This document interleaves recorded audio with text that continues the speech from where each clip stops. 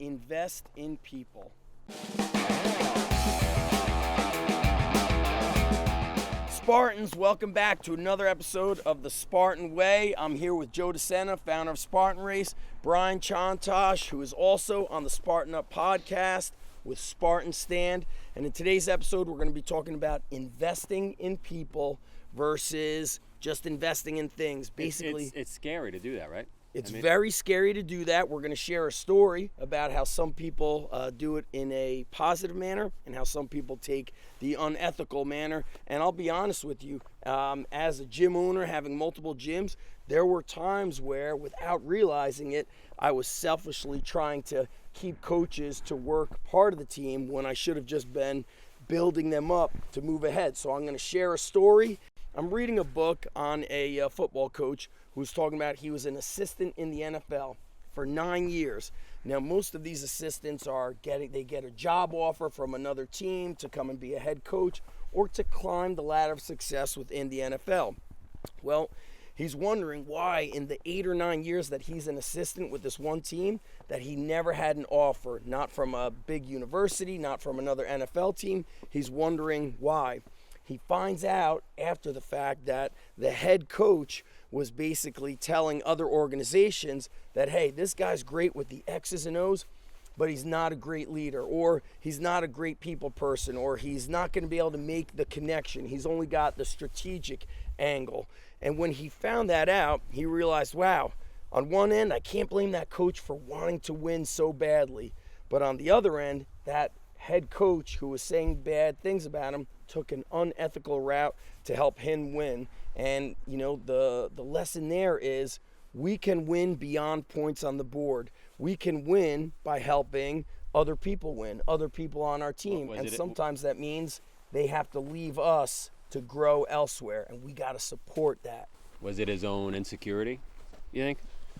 Is that what that was? Tough to say if it was that or just the competition mindset, you know, a scarcity mindset that just sort of pervades everybody. I have to cut you down at the legs to stand taller, so I have to keep you down in order to me to be perceived as the winner, you know. In the military, it was less of an ethical issue and more of an unintentional consequence. I know I wanted to be the best company commander, and that meant training my men the best, the smartest, seizing key terrain to use in training areas or the ranges first instead of my adjacent units, instead of my peers. And so I would hoard the ammo, I would hoard the training areas. And I wanted to train my unit to be the most successful because I wanted to be the best. And then what's funny is you find yourself in combat on facing enemy lines, and you really are relying on your adjacent units.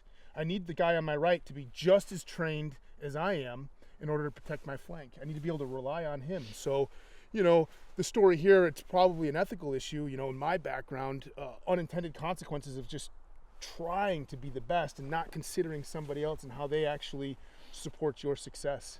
If you're if you're new to the entrepreneurial world, you don't have those kind of leadership skills and the ability to build a team to the point where you're like, I'm just going to build an awesome team. We're all going to win. And that might mean they have to leave, but it's because they're growing, they're evolving. We can't keep the same people until forever. Certainly sometimes that happens, but the true success lesson from that story and that circumstance is don't try to hold people, help them grow, and then if they're winning, ultimately we're winning. We did a podcast with Theo Epstein. Yep, tell us about it. Theo Epstein was the manager of the Red Sox, took them out of a 100-year slump, became the manager of the Cubs, took them out of an 80-year slump. Hopefully I don't have that reversed. And I said, how'd you do it? Youngest manager ever, how'd you do it? He said, it's really simple. He said, you have to get your team to take all the blame and give all the praise. I remember this, right? Yes. So every time something goes right, even if you did it, you give the praise to the team. When something goes wrong, even though you didn't do it, you take the heat. And when all team members are doing that, he goes, then you got yourself a winning team. Yes. And I think that's what you're talking about. So put those points on the board, not just for yourself, but for other people. So today's action that I want people to take from Spartan Way is, what's one thing you could do today to help somebody else get points on the board?